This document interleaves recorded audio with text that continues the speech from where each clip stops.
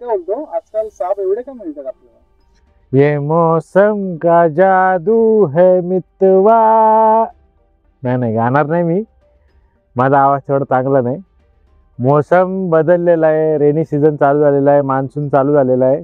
आणि मित्रांनो, मी तुम्हाला मागच्या व्हिडिओत सांगितल्याप्रमाणे बरेचसे वेनमस स्नेक असे आहेत की जे मान्सून पूर्व काळामध्ये मेट करतात, म्हणजेच त्यांचा मेटिंग सीझन असतो. तर या काळामध्ये नाग, घोणस, मण्यार हे साप जनरली मेट करतात आणि त्यांची पिल्लं आता चालू होतात मिळायला, किंवा जे मेटिंग करून झालेले मेल फिमेल आहेत अडल्ट साईजचे, म्हणजे मोठ्या साईजचे, ते कोरड्या जागेवर यायचा प्रयत्न करतात. कारण पाऊस चालू झाल्यानंतर त्यांच्या बिळात पाणी वगैरे शिरतं आणि मग त्यांना राहायला जागा नाही उरत. सो असे कॉल्स आम्हाला डेली यायला लागतात. म्हणजे जो माणूस उन्हाळ्यामध्ये मस्त 2 साप पकडून 4 तास झोपा काढत असतो ना, त्याची पावसाळ्यामध्ये ना 24 तासाची झोप पण भरपूर डिस्टर्ब होते मित्रांनो. अशीच कालही डिस्टर्ब झालेली आहे. आता साप कुठला आहे ते आपण बघूया व्हिडिओमध्ये डायरेक्ट. नमस्कार मित्रांनो, स्वागत आहे तुमचं रेप्टाइल्स वर्ल्ड या आपल्या यूट्यूब चॅनलवर.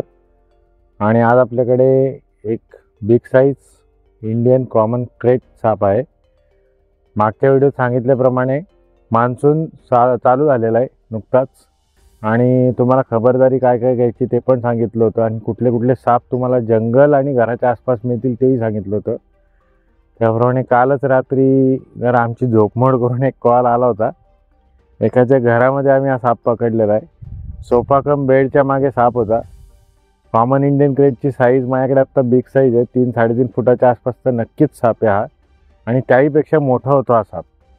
सो आपण ती साईज बघणार आहोत आणि मग कॉमन इंडियन क्रेटविषयी थोडी अजून जास्त माहिती घेऊ, की तो अटॅक कसा करतो, त्याचं खाणं ॲक्च्युअल काय असतं, आणि चावल्यानंतर किती वेळात आपल्याला हॉस्पिटलला जायला पाहिजे वगैरे वगैरे. So let's see the snake.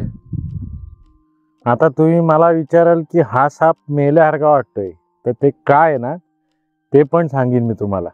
आता मित्रांनो, तुम्ही मला विचाराल हा साप खरंच जिवंत आहे का मेला आहे, तो असा का बसलाय, याचं पण कारण मी तुम्हाला व्हिडिओ संपताना सांगणार आहे. तर तुम्ही साईज बघू शकता आत्ता कॉमन इंडियन क्रेटची, आणि आपण आता त्याला बाहेर काढतोय कारण आपल्याला रिलीज करायचं आहे त्याला.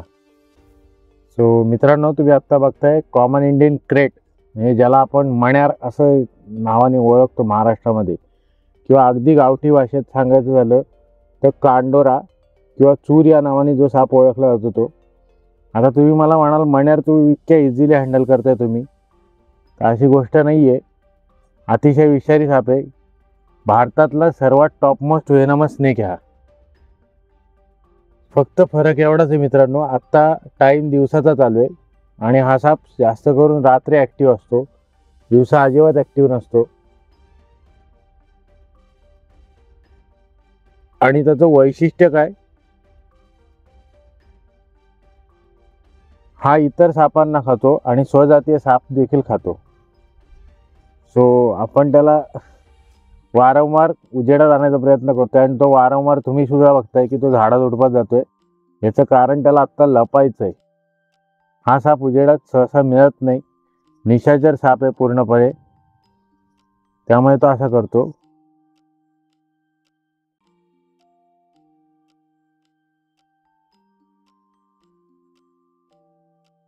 जे नवीन सर्पमित्र आहेत त्यांच्यासाठी स्पेशल सूचना, मण्यार जर तुम्हाला एक्सपिरियन्स नसेल तर कृपया डायरेक्ट हाताळू नका.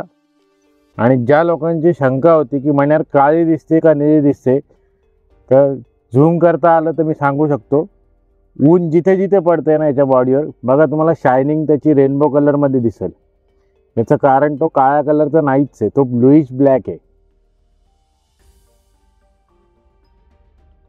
आणि साधारणतः नदीच्या किनारी किंवा खडकाळ भागात राहणारा साप आहे हा. याचं आवडीचं खाद्य, सर्वात आवडीचं खाद्य म्हणजे रसेल स्वायपरचे बेबी साईज, किंवा याच्यापेक्षा थोडी कमी साईज असेल रसेल वायपर, तर हा इझिली खातो.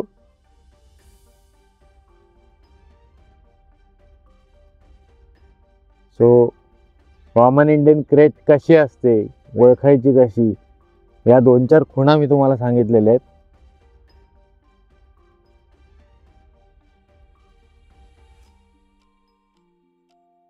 ह्या 2 धाऱ्या पण तुम्हाला दिसत असतील आता, जे तुम्ही जर व्हिडिओ बघितली असेल आधीची वायपर स्पेशल किंवा त्याच्यानंतर एक आपली व्हिडिओ आली होती, तर त्याच्यामध्ये आपण दाखवलं होतं की कवड्या आणि वण्यारीमध्ये फरक काय. तर कवड्याला ही लाईन सिंगल पूर्ण व्हाईट असते आणि हिच्या 2-2 व्हाईट लाईन गेलेल्या तुम्हाला दिसत असतील. तसंच मानेपासून पहिले 4 ते 5 ठिपके असतात.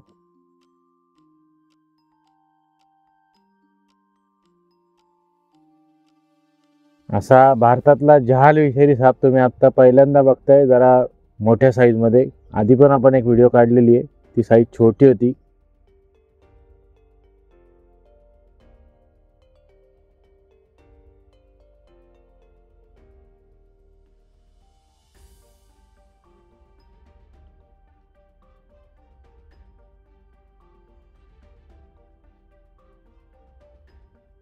आणि ही रिस्क मी आत्ता घेतली कारण माझ्याकडे आता अँकल होल्ड शूज आहेत, म्हणून मी घेतलेली आहे.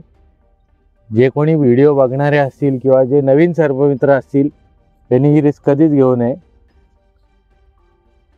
मी तुम्हाला साधारणतः दाखवायचा हा प्रयत्न करत होतो की अँकल होल्ड शूज असतील तर साप तुमच्या आसपासून जाऊ शकतो, पण बाईट नाही होणार शक्यतो. सो हे दाखवायचा प्रयत्न होता. आता याचं वैशिष्ट्य म्हणजे तुम्ही जो मगाशी प्रश्न विचारलात मला की हा सकाळ असून पण एवढा शांत कसा काय, तर जनरली हा साप निशाचर असल्यामुळे उजेडात पटकन येत नाही सकाळच्या टायमाला. त्यामुळे तो जिथे जर तुम्ही त्याला बरणीत कॅच करून ठेवलात तर जसा आहे त्या तत्वावर तो बसून राहील, कुठेही हालचाल नाही करणार.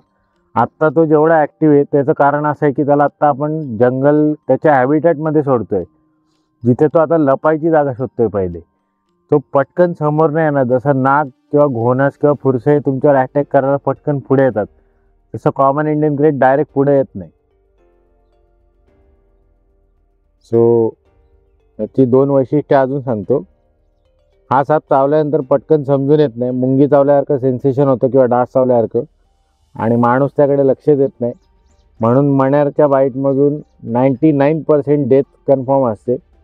0.1% वाचायचे चान्स असतात, आणि ते पण कोमात जाऊन डिपेंड अपॉन तुमच्या बॉडीच्या रिस्पॉन्सवर असतं. हे पहिलं वैशिष्ट्य झालं. आणि दुसरं, तुम्हाला मगाशी सांगितल्याप्रमाणे निशाचर साप असल्यामुळे सकाळी सहसा दिसत नाही हा. त्यामुळे सकाळी तुम्ही कुठेही पकडला किंवा कुठेही ठेवलात त्याला तर तो मेल्यासारखाच दिसेल पूर्ण.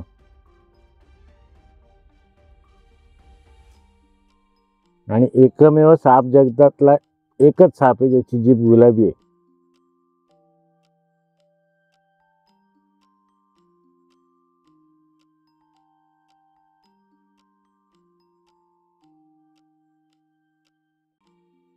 सो मित्रांनो, आपण आता याला रिलीज करतोय. थोडंसं आतल्या भागात रिलीज करणार आहोत, कारण हा नाही म्हटलं तरी पर्यटकांचा चालायचा रस्ता आहे आणि इथे जरा खडकाळ भाग असल्यामुळे त्याला रिलीज करायला आपल्याला इझी जाईल. बघा मित्रांनो, तो पहिले गेला कुठं, खडकामध्ये. बघा इथून चाललाय, इथून दिसेल बघ डायरेक्ट. इथे या गॅपला आहे.